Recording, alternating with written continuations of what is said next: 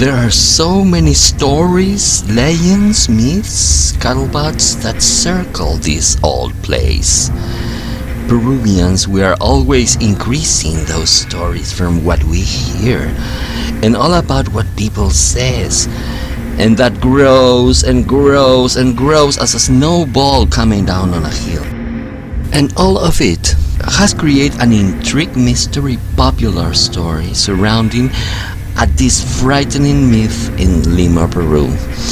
I mean about that second floor of that house of Matusita, and the panic that got him to visit it by coming inside into that second floor.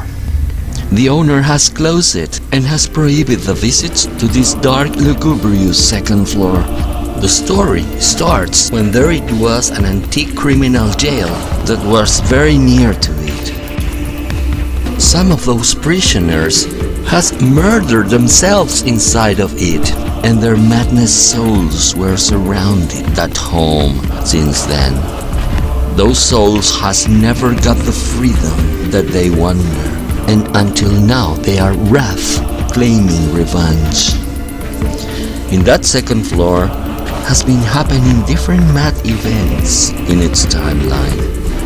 That increased the presence of madness, souls. Strange events should happen with those souls. Souls that has been suffering for years and without freedom. And there is only a throb and a strange perception of mystery feeling that flows in the air in that second floor of the Matusita house. In 1753, there lives a Persian woman, a healer, a sorceress woman, whose name was Parvan. She was curing all those strange sickness during that time. People claimed to the authorities that she was a witch. I mean the Holy Inquisition by that time in Lima, who was punishing all that people who were making things against God believings, so that she got punished and she was thrown into a bonfire. But before this happens, Mrs. Parvan threw a dam onto that second floor where she lived in, and for those who will come to live there in the future. Another story is about a Japanese family that got into it to live in. The husband has discovered his wife with a stranger in the bed. In a jealousy moment, he killed his wife, and that man, those child who were their sons, were killed. And he kills himself too, at the end. These events has increased those madness souls inside that second floor.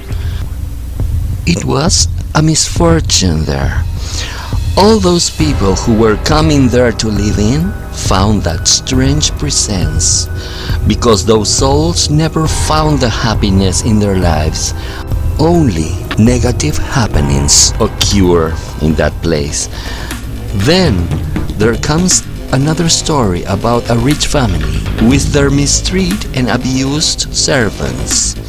Those servants want to make a revenge on them and mix with food a strange poison which will make them turn crazy.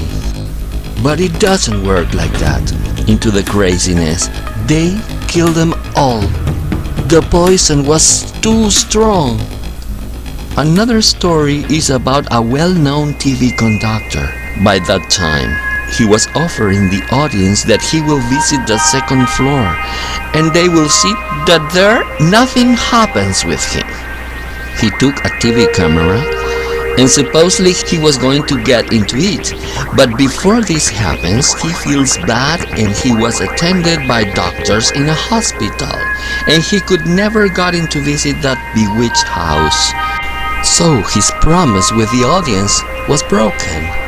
But some of the malicious media told the audience that the TV conductor got crazy after visiting that mysterious house. But those were fake news.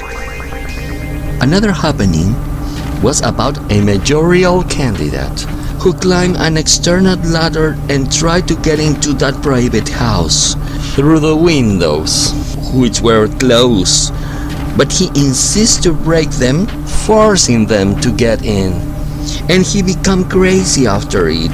He was attended by doctors after that happens.